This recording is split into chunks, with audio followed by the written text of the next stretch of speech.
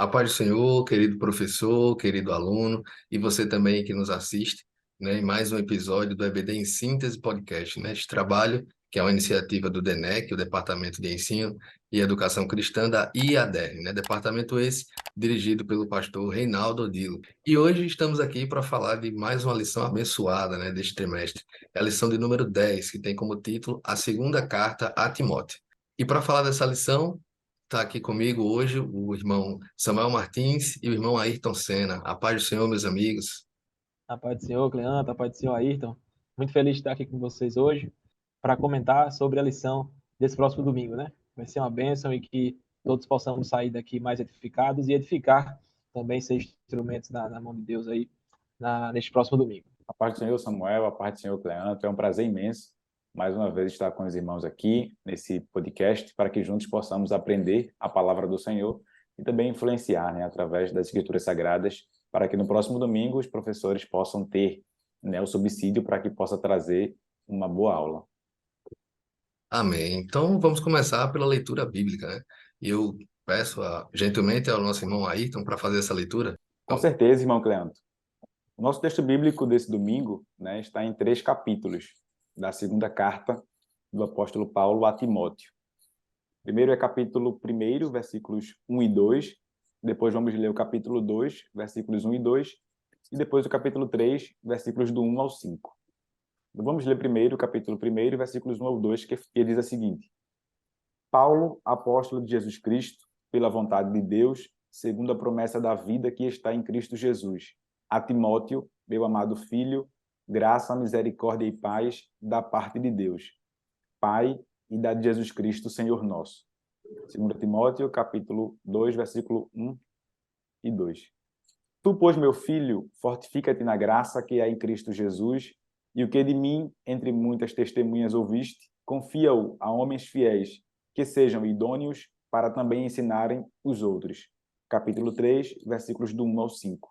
Sabe, porém, isto, que nos últimos dias sobrevirão tempos trabalhosos, porque haverá homens amantes de si mesmos, avarentos, presunçosos, soberbos, blasfemos, desobedientes a pais e mães, ingratos, profanos, sem afeto natural, irreconciliáveis, caluniadores, incontinentes, cruéis, sem amor para com os bons, traidores, obstinados, orgulhosos, mais amigos dos deleites do que amigos de Deus, tendo aparência de piedade, mas negando a eficácia dela. Destes, afasta-te.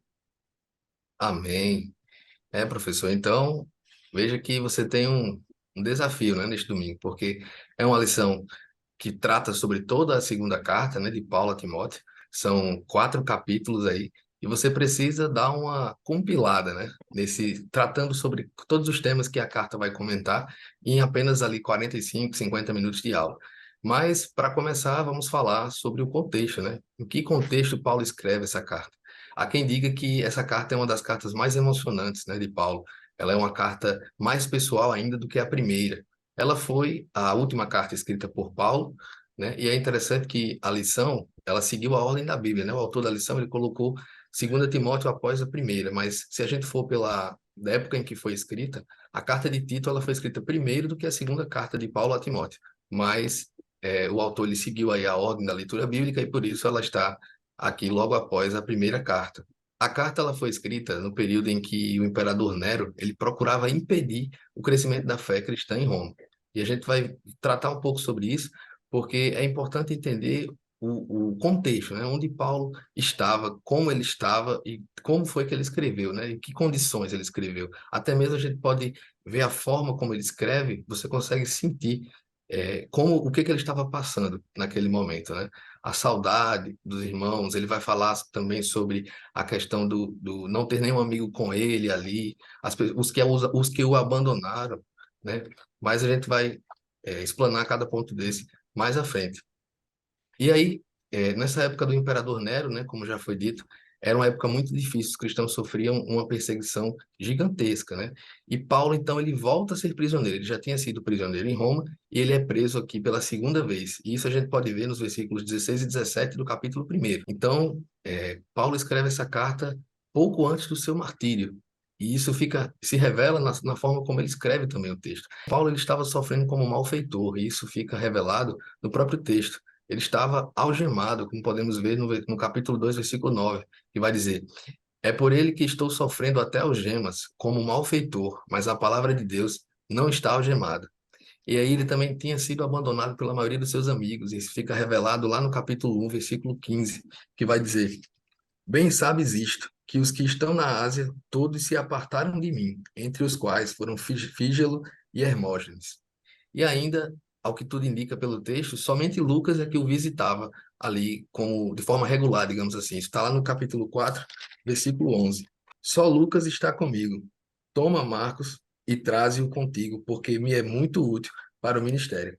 E aqui ele já falando com Timóteo a respeito esperando que Timóteo fosse visitá-lo o mais depressa possível, né? Ele sabia que ele estava ali próximo ao seu martírio, né? Já no final da sua carreira. Eu acho interessante que Paulo a todo momento, vendo a situação que ele estava passando, a perseguição dos cristãos, ele na masmorra ali preso de forma humilhante, né, algemado, encarcerado, ainda assim ele não se preocupa consigo, mas com o evangelho, né? A preocupação dele é que o evangelho não deixasse de ser levado às pessoas que precisavam tanto ouvir. Por isso que ele a todo momento convoca Timóteo, vai falar do ministério, fala para Timóteo que ele precisa dele para dar continuidade. Ele poderia ali estar desesperado, chorando, murmurando pelo fim que ele teria, mas não, ele se preocupa com a obra. Ele renuncia a si mesmo para tratar somente da obra de Deus, né? E aí é interessante que a convocação de Paulo a Timóteo é para que ele também não altere, nem inclua, nem retire nada do evangelho. Ele tem o dever de manter puro o evangelho. A gente sabe que a igreja de Éfeso, lá onde Timóteo estava, era uma igreja atolada de falsos mestres, né? Então era muito fácil deturpar o texto bíblico. E por isso que Paulo enfatiza que ele tinha essa missão de preservar o evangelho, né? Preservar o evangelho puro, sem tirar nem acrescentar nada ao texto, manter o evangelho intacto. E a pureza da fé era a garantia dessa permanência, né? E aí é engraçado que, vendo essa situação de Paulo, a gente consegue imaginar, né? Quantos líderes religiosos não se deixam enganar aí pelo orgulho, acredita que sem ele a obra não seria a mesma, ou que se não fosse por ele aquela obra ou a igreja não existiria. Paulo aqui dá uma lição a esses líderes orgulhosos. Ele deixa claro que o evangelho é maior do que os obreiros e que ninguém é insubstituível. Então, ainda que ele passasse por tudo aquilo, a obra era mais importante. Pois é, Cleante, eu fico observando mesmo como que o apóstolo Paulo se apresenta, né, na carta. Ele se apresenta, de fato, como apóstolo de Cristo. Então, mesmo sofrendo tudo isso que você já relatou, as dores da prisão, do abandono de quem dizia ser amigo, dizia estar perto, aparentava também estar à disposição, né, para os momentos difíceis. E nesse momento, nesse contexto de dor, de angústia, que foi essa última prisão dele em Roma, ele se apresenta ainda como o enviado, né? E apóstolo é isso, é um mensageiro, aquele que é enviado com a mensagem, com a missão, com um propósito. E esse é o segredo que eu acho que Paulo também ensina a Timóteo, um pastor jovem e que estava ali crescendo na graça e no conhecimento com essas epístolas que Paulo, com essas cartas que Paulo envia a ele e que hoje serve também de nutrição espiritual para toda a igreja. E aí, quando a gente vê o testemunho de Paulo, a gente vê também, através dos ensinamentos que ele estava passando a Timóteo, esse ensinamento implícito, mas explícito ao mesmo tempo, né, de que é a firmeza na promessa, né, do porvir, aquilo que Deus prometeu aos crentes fiéis, é essa esperança que deu firmeza de fé e na execução do ministério do apóstolo Paulo, né?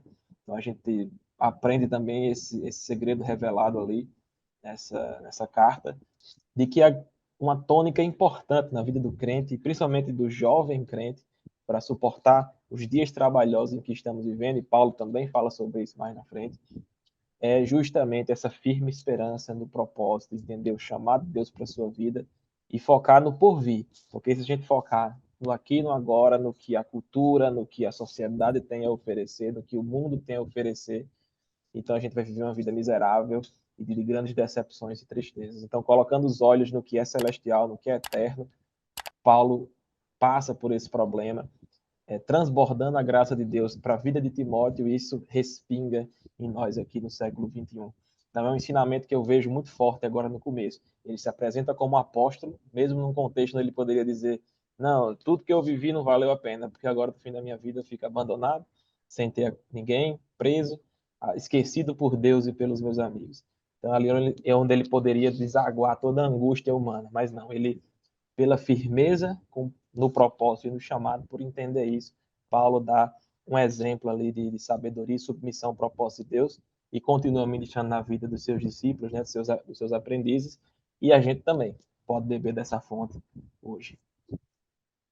É verdade, Samuel. E um exemplo claro disso, né, que você falou, e eu queria destacar aqui, é a firmeza de Paulo, né? Embora ele tenha toda a sua bagagem, embora ele tenha toda a sua experiência, como você citou, ele começa, né, o capítulo 1, dizendo: Paulo, apóstolo de Jesus Cristo, pela vontade de Deus, segundo a promessa da vida que está em Cristo Jesus. Ele cita, né, até Timóteo, né, no versículo 2, no outro capítulo também, como filho. Então, assim, essa firmeza dele que ele tinha desde quando passou por muitas dificuldades, né? Porque quando ele escreveu lá aos irmãos em Corinto, né, na segunda carta aos Coríntios, capítulo 11, versículo 23 ao 27, ele expõe todo o seu sofrimento, né? Tudo que ele passou. E há quem diga que as tribulações que ele viveu tenham sido possivelmente os maiores açoites, né? Quando ele escreve aqui aos Coríntios, 2 Coríntios, capítulo 11, versículo 23 ao 27, que ele fala assim: são ministros de Cristo, falo como fora de mim, eu ainda mais, em trabalhos, muito mais, em açoites, mais do que eles, em prisões, muito mais, em perigo de morte, muitas vezes. Recebi dos judeus 5 quarentenas de açoites menos um. 3 vezes fui açoitado com varas. Né? E aqui eu também trago uma observação, que esse açoite com vara era um dos piores açoites da época, porque quando o soldado, né, batia ali na pessoa que iria receber aquele castigo, aquela punição, e quando sangrava, né, e ali o sangue já meio que comovia, né, ali o soldado daquela situação, entendia que era uma gravidade da ferida. Mas aqui, quando é um açoite com vara, né, o hematoma ele é interno, então não sangra diretamente, né? Fica ali roxo, fica ali o hematoma, então assim, era como se tivesse batendo e não tivesse acontecido nada, então batiam cada vez mais, né? Então o açoite com vara era muito pior do que outros tipos de açoite. E continuando o texto bíblico que ele fala, uma vez fui apedrejado, olha só, Paulo, né? Ele foi apedrejado, 3 vezes sofri naufrágio, uma noite e um dia passei no abismo, em viagens muitas vezes, em perigo de rios, em perigos de salteadores, em perigos dos da minha nação, em perigos dos gentios, em perigos na cidade, em perigos no deserto, em perigos no mar, em perigos entre os falsos irmãos. Enfim, né, se a gente for ler até o versículo 27, ele vai dizer que teve trabalhos de fadiga, vigílias, fome, sede, jejum, frio, nudez. Mas a firmeza desse servo do Senhor é o que nos admira. Porque mesmo passando tudo isso, ele ainda tem a paciência, ele ainda tem a humildade de se referir a Timóteo como um filho. Desde quando encontrou Timóteo, ele viu em Timóteo aquele sucessor, né, aquela pessoa que iria suceder ali ao ministério, pois eu sempre costumo dizer, né, e o professor também ele pode se atentar a isso, de que Deus ele nunca está em busca de revolucionários, né? Deus não quer novos revolucionários. Deus quer pessoas que deem continuidade ao ministério. E foi justamente isso que Paulo ele viu claramente em Timóteo. Ele viu alguém, embora jovem, né, mas uma pessoa que tinha um amor pela obra do Senhor. Então ele viu ali uma pessoa que poderia dar continuidade ao ministério. Então essa firmeza de Paulo é o que nos traz atenção aqui nesse primeiro ponto. E também no versículo 1 que a gente leu, na parte B, diz: segundo a promessa da vida que está em Cristo Jesus. O que dá combustível, né, ao crente, ao cristão, ao servo do Senhor, é o céu. Né? Essa é a promessa maior que a gente tem da vida que está em Cristo Jesus. Então, para Paulo, pouco importa se ele estava sendo açoitado, apedrejado, com dificuldade, com frio, com calor, com fome. O que ele queria era pregar o evangelho de Jesus. O que ele queria era que o evangelho se expandisse por todo aquele lugar. Então, a firmeza dele, junto com a sua fé, com a sua esperança, o que ele queria era isso, era conservar a esperança que é em Cristo Jesus, porque ele sabia que um dia o veria face a face. Aí, tem uma coisa que você falou que me chama a atenção. Você disse que Deus, Jesus, não estava procurando, nem procura revolucionários, né, para serem seus discípulos. Né? Ele quer apenas que a mensagem seja, as boas novas sejam propagadas, o legado que ele deixou seja propagado, seja preservado. Isso é verdade, de fato. Mas atualmente eu até vejo que propagar esse legado, viver o chamado, viver o propósito, no mundo de hoje, do ponto de vista de quem está no mundo, poderia ser considerado até revolucionário. Alguns diriam retrógrado, outros diriam ultrapassados, mas outros diriam, não, isso é completamente diferente do que a gente vive. Então, quem prega isso está contra o sistema que está posto, né? Então, ele termina se tornando um revolucionário nesse aspecto, porque ele está revolucionando o modo de vida, enquanto que quem nunca teve contato com o evangelho e o tem pela primeira vez, a vida dele de fato se revoluciona, ele se regenera, ele vive uma nova versão completamente diferente, 100% antagônica àquilo que ele vivia antes. Então, de certa forma, hoje, diante do cenário do que o mundo está, eu vejo até como revolucionário, que não deveria ser, mas acaba sendo, viver o propósito de Deus nas nossas vidas, né? Viver o evangelho fielmente. Isso é um ponto que leva até ao terceiro tópico, o terceiro subtópico do primeiro tópico, que é conservando a esperança. E eu acho que é um tema que o professor tem que gastar uns minutinhos em sala, explicando, debatendo, abrindo diálogo com os alunos, porque diante desse cenário caótico, pós-moderno que a sociedade vive, e cada um dos jovens está inserido numa sala de aula de faculdade, num curso preparatório para um concurso, para o Enem, que seja, no trabalho. Então, onde a gente está inserido nessa cultura pós-moderna, secularizada, humanista, hedonista, conservar a esperança é um desafio absurdo. A gente hoje só não tem ainda, talvez ainda, não sei por quanto tempo, que sofrer as dores físicas que Paulo sofreu. Mas as perseguições, a deixa eu ver aqui, a perseguição, a vontade de assassinar a reputação, de ridicularizar aqueles que seguem o evangelho. E se as pessoas pudessem, tivessem autorização pelo poder legislativo, o açoite e a pedrada viria logo em seguida, como Paulo sofreu naquela época. Então, hoje a gente só não tem essa última parte, mas a gente vive num mundo, e vocês concordam, acho que concordam comigo em relação a isso, que se dependesse dos que estão no poder, a gente já seria exterminado, extirpados daqui. É uma gente que nós somos um tipo de gente que quem está no poder não concorda em conviver. A gente tem visto alguns discursos nesse sentido e a própria proclamação de verdades bíblicas tem se tornado afrontosa, tem se colocado na mídia, no mainstream, até no meio jurídico, chegando com entendimentos de cortes, de tribunais, entendendo que verdades bíblicas estão postas desde o início da humanidade e hoje se reproduzidas, é entendida como crime, como homofobia, né, como diversas outras tipos penais, né, que vão trazer consequência a quem adota esse pensamento. Então, por isso que nesse sentido, eu digo, repito, eu vejo como ser revolucionário, ser contra o sistema, né, viver da forma que é para ser vivida. E aí Paulo, nesse mesmo contexto, ainda um pouco pior, a gente colocou aqui, ele consegue conservar a esperança, né? E aí o grande segredo ele vai ensinar a Timóteo. Ele vai apresentar, de fato, Timóteo num tom muito mais pessoal nessa segunda carta, não é meu verdadeiro filho na fé, né? Então ele trabalha ali com mais afeto o pastor Timóteo. E ele vai dizer, fortifica-te na graça. E eu acho que esse é um segredo, depois que você, professor, explorar esse antagonismo cultural que o cristão deve viver, essa bandeira revolucionária que o evangelho prega, né? Radical, ou seja, que vai nas raízes do comportamento humano, do coração, do entendimento, e muda tudo, só dá certo fortificado na graça. A gente falou sobre ter uma firme esperança, né, na palavra de Deus, na expectativa de todo crente, isso é importante, e fortificado na graça de Deus, porque sem graça o crente não vai para frente. E aí eu finalizo esse comentário, abrindo aqui para os irmãos, com uma citação de Dallas Willard, que eu gosto demais, vocês já viram em sala de aula também, a gente traz esse livro, mas quem quiser, Dallas Willard, o nome do livro é A Grande Omissão.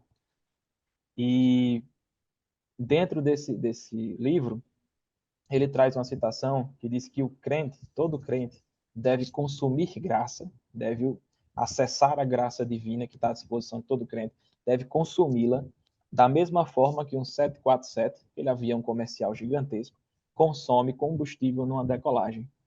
Então, eu acho muito legal essa analogia, porque a gente tem noção do tamanho de um 747, tem noção, às vezes nem tem noção do tamanho de litros de combustível que um avião desse decola, que decola precisa consumir para decolar. E aí ele diz, olha, todo crente deveria consumir a mesma quantidade de combustível em graça, para poder suportar os voos, suportar o caminho que Deus tem colocado adiante daquela pessoa. Então, fortifica-te na graça.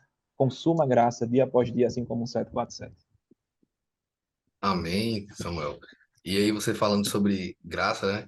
Eu tinha reservado aqui uma citação de John Stott para comentar justamente sobre isso, que ele vai dizer de forma simples: não dependemos da graça só para a salvação, mas também para o serviço.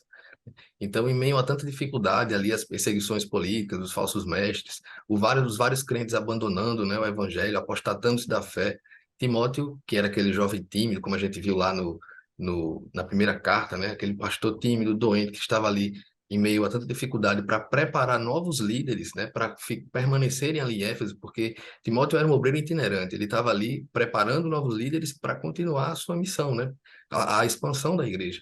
E aí, diante de tanta dificuldade, ele é encorajado por Paulo a se fortalecer nessa graça, essa graça em Cristo Jesus. E não há vida cristã vitoriosa, a gente sabe disso, sem o poder sobrenatural de Deus. Tem um teólogo que já disse uma vez que, embora o vaso humano seja de barro, o poder que está nele é divino. E é isso. Então, Paulo, ele tinha essa convicção, né? Ele sabia que Timóteo precisava se fortalecer na graça para lidar com tantas dificuldades e, mesmo assim, permanecer firme na missão de formar esses novos líderes e dar continuidade à expansão da igreja. E aí, quando o tópico 2 traz aqui, né, como título, o amado filho Timóteo, é, não dá para dizer que Timóteo não era alguém que era muito bem quisto ali por Paulo, né? Que era alguém que Paulo tinha tanto afeto. Isso fica demonstrado até mesmo pela forma como ele trata Timóteo. Timóteo, que antes ele chamou ali de verdadeiro filho na fé, fiel cooperador lá em Romanos, agora, nessa segunda carta, ele chama de o amado filho. Essa intimidade que ele tinha, a confiança nele, é clara, por diversos motivos. E eu trouxe alguns aqui que cabe ao professor, se você achar interessante, colocar na classe para que eles venham entender, de fato, como havia esse apreço de Paulo para Timóteo, né? Lá em Filipenses 1 e também Colossenses 1, a gente vê que Timóteo esteve com ele na sua primeira prisão. E isso era possível porque Paulo ele era cidadão romano, né? Quando ele foi prisioneiro de César, ele tinha algumas regalias. Então, nessa primeira prisão, ele podia receber algumas pessoas. Tem um episódio lá registrado em Atos, quando ele recebe alguns líderes religiosos, né, para falar, conversar com ele. Ele estava numa casa ali, alguns estudiosos dizem que alugada, e ele podia receber pessoas para ministrar. Diferente dessa agora, que era uma masmorra, onde ele estava algemado, sofrendo com as intempéries daquele lugar, né? E aí, as próprias duas cartas escritas a Timóteo também evidenciam essa amizade, né? Ele não escreveu só uma, mas duas cartas. E a gente vê que, nesse contexto da segunda carta, ele estava ali prestes a ser executado, né? Prestes a virar um mártir. E aí, ele mesmo assim pede a Timóteo duas vezes ainda que ele venha estar com ele em Roma. Isso está lá no capítulo 4, no finalzinho, né? Ele tinha esse desejo realmente de se reencontrar com Timóteo. E aí, a gente lendo o texto, nós podemos ver que Paulo lhe solicitava a presença de Timóteo depressa. Não era só solicitando eu acho que ele enxergava ali que ele podia morrer a qualquer momento e perder essa oportunidade de ver Timóteo. Então, por isso que ele o convoca depressa. Ele queria vê-lo, e essa pressa se dava porque a audiência preliminar já tinha ocorrido, né? Lá no versículo 16 do capítulo 4. Então, Paulo deixa claro que estava sozinho e ninguém queria se associar a ele por medo da perseguição. Talvez dizer ali que visitar Paulo ou estar do lado de Paulo podia representar uma grande perseguição sobre si. Então, ninguém queria se associar a Paulo porque qualquer associação ao evangelho poderia custar a própria vida, né? Então, fica claro que Paulo tinha sim esse grande apreço, tinha esse grande amor e afeto por Timóteo, e por isso que ele o chama de o amado filho. É verdade, irmão Cleanto. E eu acho muito interessante o trato, né, que o apóstolo Paulo tinha a Timóteo como filho, que ele até menciona e o chama disso, né? No versículo 2, ele fala a Timóteo, meu amado filho, né? E no versículo 1 também do capítulo 2, ele fala: tu, pois, meu filho, fortifica-te na graça que é em Cristo Jesus. Então a gente percebe que há um cuidado, né, de pai para filho, de Paulo a Timóteo, porque ele sabia do papel principal que Timóteo teria que ter, né, de defender a fé, de ter a pureza, de ter a firmeza. Então ele agora já meio que se despedindo ali de Timóteo, né, embora ele queria ver, mas ele não tinha certeza se daria certo, né? Timóteo ia até Roma para poder estar com ele. Então ali ele já meio que se despede, já chama de filho, já tem um trato, né, mais direto com Timóteo. E o que eu acho interessante também é que a expressão, né, que a gente começou aqui esse segundo tópico falando, até o Samuel citou, que é fortifica-te na graça, né? Porque é pela graça que o crente ele consegue alcançar os seus objetivos, principalmente espirituais, né? A graça é interessante também frisar que a graça ela é um favor imerecido, né? Nós não merecíamos, nós não merecemos, mas o Senhor nos concedeu, né? O Senhor nos deu essa graça, esse favor imerecido, e é com isso que a gente consegue vencer diversas situações.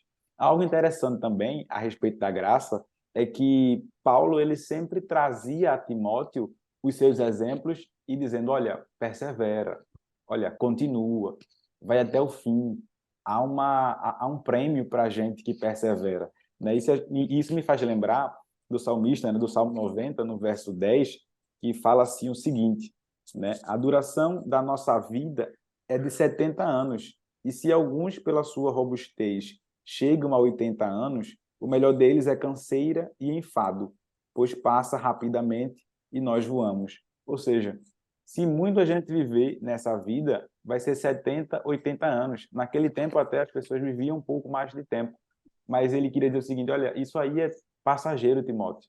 Persevera, continua, porque há um céu de glória para a gente, né? Isso, caro professor, fica até como lição para a gente também. O céu, ele é real, né? Essa esperança de Jesus Cristo que ele trouxe, e Paulo entendia muito isso, o céu é real. Então, ainda que hoje, né, pelo século 21, no ano 2023, a gente viva isso, viva esse mundo, a gente precisa entender de que essa realidade do céu vai ser relatada na nossa vida. Então, se muita gente viver, que é 70, 80 anos, né? Os estudos aí mostram que a gente tem a cada ano que passa, pela qualidade daquilo que a gente come, que consome, a gente vai perdendo, né, ali os anos de vida. Então, se muita gente viver 70, 80, ainda assim não se compara à eternidade. Que possamos ter essa firmeza, que possamos ter esse trato, que possamos entender que esse cuidado que a gente tem com as pessoas que vão nos substituir, com as pessoas que vão dar continuidade, né, ao ministério, seja constante na nossa vida, como foi de Paulo para Timóteo. Amém. E eu acho que quando Paulo recomenda a Timóteo, fortifica-te na graça, isso é uma receita que eu volto a falar de graça aqui, né? Aí não foi dar o gancho, então eu vou voltar a falar sobre ela. Então o professor tem que aproveitar, de fato, essa oportunidade e trazer muito esse ensino sobre graça, aproveitar. Até é bom dizer, né, que diferenciar a graça da misericórdia, porque o crente só está aqui até hoje e o aluno só conseguiu chegar no domingo na EBD por conta da graça e da misericórdia de Deus na vida dele. Né? O nosso pastor até brinca que o crente tem duas pernas, uma é a graça e o outro é a misericórdia. Então ele só anda pela graça, pela bondade de Deus, e num passo, né, e no outro passo é pela misericórdia. E a misericórdia é justamente Deus não dá o que a gente merece. Deus tem tanta misericórdia de nós que não dá o que a gente merece receber. E a graça é Deus é tão bom conosco que dá o que a gente não merece. Então a gente tem esse Deus que tem essas bênçãos disponíveis, né? Que tem esse caráter maravilhoso em nosso favor. E quando Paulo diz fortifica-te na graça, é porque ele sabe que é só nesse dom, nesse favor imerecido por parte de Deus é que o crente consegue vencer as batalhas aqui na terra. E mais na frente, depois que ele diz fortifica-te na graça, 2 Timóteo 3:12, ele vai dizer: todos os que piamente querem viver em Cristo Jesus padecerão perseguições. Então, peraí, ele já está dizendo assim: seja forte, fortifique-se na graça de Deus, em Deus, você vai ter força para vencer. E o que? O que eu estou vivendo? A perseguição. Se você quer servir a Cristo Jesus, você vai servir numa vida de perseguições. E a perseguição, na época de Paulo, chegava aos açoites. Hoje não chega. Há casos que chegam numa cadeia, há casos que chegam numa indenização, mas daqui a pouco é capaz de chegar num açoite também, numa pedrada. A gente, infelizmente, não está muito distante daqueles países que, nos nossos cultos missionários, a gente tanto orava para Deus tomar a frente nessas nações onde o evangelho é perseguido. E o Brasil, com tanta liberdade, outrora, hoje a gente vê um risco em cima dessa liberdade religiosa. E aí a gente vai vendo cada vez mais os conselhos de Paulo mais atuais. O que ele ensinava a Timóteo, cobrava de Timóteo para a vida ministerial, mais a gente vê a importância de continuar cobrando uns aos outros. Fortificação na graça de Deus e estar firmado na esperança, que o caminho do crente é um caminho de sofrimento. E aí, encerro esse comentário com a citação também que o nosso pastor frequentemente cita nos cultos de doutrina, que Deus não prometeu uma viagem tranquila, mas uma chegada segura. Amém, meu amigo. É verdade. Eu lembro dessa frase do nosso pastor falando sobre isso. E também lembro do nosso pastor Martim falando que só vale a pena ser crente se for para morar no céu. Então, digamos que é a complementação dessa frase aí, né? Porque realmente, Deus, no mundo tereis aflições. Então, de fato, a gente vai passar por muitos perrengues, como Paulo passou, e só tende a piorar até o dia da volta de Cristo. Mas a nossa certeza, a nossa esperança é no resultado, né? É no pós todo essas tribulações, tudo isso que a gente está passando, é a nossa recompensa de uma vida eterna com Cristo. E aí, já caminhando aqui para o terceiro tópico, né, que tem por título Tempos Trabalhosos, o autor vai falar sobre a expressão, né, no primeiro subtópico, últimos dias. E esses últimos dias é, de fato, esse período, né, que vem ali desde da primeira vinda de Cristo até a sua segunda vinda, né, esse período tão difícil. E Paulo, quando ele escrevia sobre isso, ele vivia, de fato, dias difíceis, como nós falamos aqui. O imperador Nero, né, que era o imperador daquela época, ele era muito conhecido na história pela crueldade. Para vocês terem ideia, em 64 depois de Cristo, eu estava lendo aqui, eu achei interessante para a gente ter uma dimensão dessa crueldade que Paulo vivia, né? Ele querendo tornar ali a cidade mais bonita, a cidade de Roma, ele simplesmente incendiou a cidade toda, subiu no alto de uma torre e ficou admirando as chamas consumirem aquela cidade.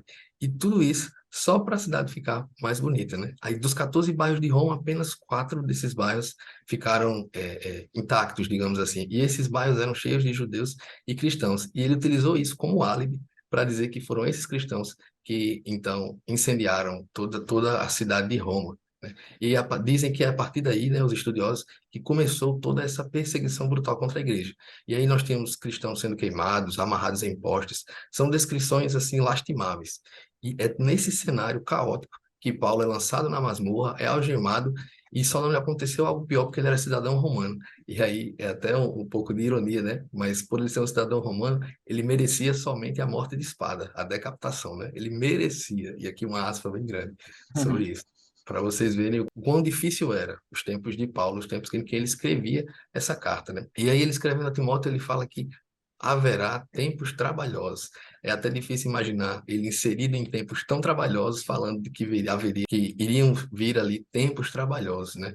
Mas ele já, logo após essa fala, ele vai descrever o que são esses tempos trabalhosos. E aí no capítulo 3, no versículo 2 em diante, ele vai listar todas essas coisas que acometeriam esses tempos trabalhosos, que é a nossa realidade, é o que vivemos hoje. E eu vou ler aqui como exemplo só o versículo 2 e 3.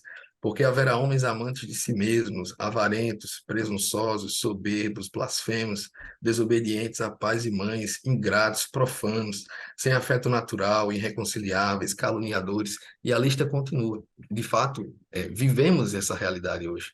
Não precisa ir muito longe, basta abrir o jornal, uma rede social, e você vai ver que temos muitos exemplos dessas situações que Paulo citava aqui, né? E isso só ratifica mais uma vez, né, o quanto Paulo ele não se preocupava consigo, mas com o evangelho. Ele esqueceu tudo que ele estava passando naquele momento, a prisão, a masmorra, a algema, a dificuldade, e se concentrou em alertar Timóteo a respeito dos tempos trabalhosos que viriam. Então, querido professor, eu acho interessante você enfatizar essa questão na classe, né? Lembrando os alunos o quanto Paulo se doou pela obra de Deus. Professor Cleanto e professor Ayrton, até já puxando aqui o gancho para as minhas considerações finais, quando Ayrton estava lendo a leitura bíblica, na parte final do texto bíblico base dessa lição, o Cleanto citou aí 2 versículos, só me vem à mente recortes, cenas assim, lampejos de jornais e vendo homens trabalhosos, que desonram pai e mãe, presunçosos, gananciosos, blasfemos. Então, toda sorte de maldição e de coisa ruim que Paulo menciona para Timóteo como demonstração, né, amostra grátis do que vinha pela frente, eu vejo mais do que claramente nos dias de hoje. Basta ligar um noticiário e a gente vê coisas daí para frente também de ruindade, de maldade se propagando. E aí, como Cleanto posicionou, né, para nós crentes, essa advertência de Paulo, ela vai de fato até ali o momento da primeira fase da segunda vinda, né, até o arrebatamento da igreja, o arrebatamento invisível, quando a gente vai se encontrar com Cristo nos ares, e teremos um corpo glorificado, semelhante ao dele, e vamos viver aquele momento da boda de Cordeiro, passando pelo tribunal de Cristo. Então, alegria, né? Essa é a esperança que Paulo tinha firmada no seu coração. É essa esperança que fundamenta a citação do pastor Martim: só vale a pena ser crente se for para morar no céu. Ou seja, só vale a pena ser crente se for para viver a esperança. Se não tiver essa esperança, então aí não vale a pena. Se a vida é isso que a gente tem aqui na Terra, então não vale a pena mesmo viver, senão por essa justa esperança, essa maravilhosa esperança que as boas novas do Evangelho traz. Então, encerrando, né, nessa carta de Paulo a Timóteo, nessa carta especial, a última carta do apóstolo, uma carta onde ele precisa tratar de assuntos extremamente delicados, indigestivos, né? Ontem e hoje é um assunto realmente que ninguém gostaria de ser exposto a ele, e ele vai tratando, já vai tratando Timóteo de forma mais íntima. Meu filho amado, agora eu vou lhe falar uma verdade inconveniente, uma verdade que é difícil de engolir. A verdade é que virão tempos trabalhosos. E para viver, aí invertendo a ordem dos argumentos, né? Indo de trás para frente. Haverão tempos trabalhosos, piores do que esse que nós estamos vivendo agora. Para viver esses tempos, você vai precisar estar firme na graça e na esperança. Para aguentar tudo isso aqui como um apóstolo, viver a missão de, de enviado, né? Cumprir o seu chamado. E aí Paulo demonstra tudo isso ao longo da carta, e que as palavras de Paulo possam ecoar em nossos corações e nas salas de aula, nas EBDs deste domingo em todo o Brasil, para que a juventude brasileira, de forma geral, esteja mais atenta ao cenário em que nós estamos inseridos, aos desafios da vida pós-moderna, né? As perseguições que se sofisticaram de lá para cá, do tempo dos açoites de Paulo até os dias de hoje, da era digital, da informação, e que a gente possa consumir graça como, de fato, um avião comercial consome combustível numa decolagem, que a gente não possa sair de casa sem antes fazer uma oração a Deus pedindo da sua graça.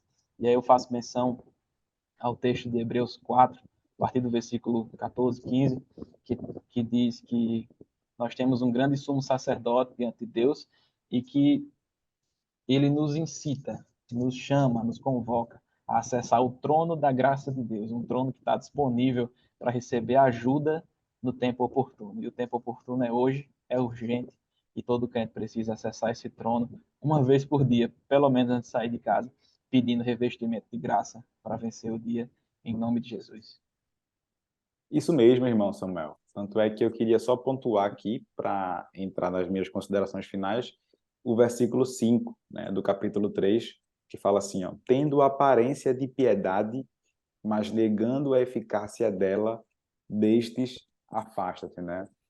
Paulo estava dizendo, olha, vai ter gente de tudo que é qualidade, né? E nenhum desses presta, né? E ele começa a falar, presunçosos, gananciosos, enganadores, destes afasta. Ou seja, não vale a pena você ter amizade, não vale a pena você ter o mesmo pensamento, porque são pessoas que só vão levar você para o mal, né? Para aquilo que não agrada. E quanto às minhas considerações finais, eu acho muito interessante algo que o irmão Cleanto citou no início, né, que é sobre a sua despedida de Paulo, né? Porque quando ele escreve a segunda carta, como eu falei no início, dá um tom de despedida, né? E lá no capítulo 4, né, a partir do versículo 6, é como se ele já começasse a entender que ele já estava prestes a morrer. Ele começa a pedir, né, no versículo 9, ele fala, procura vir ter comigo depressa. Ele chama, convida Timóteo, né, para que pudesse se reencontrar ali em Roma, mas ele também entendia que era muito difícil que isso acontecesse, né? E ele começa a falar, né?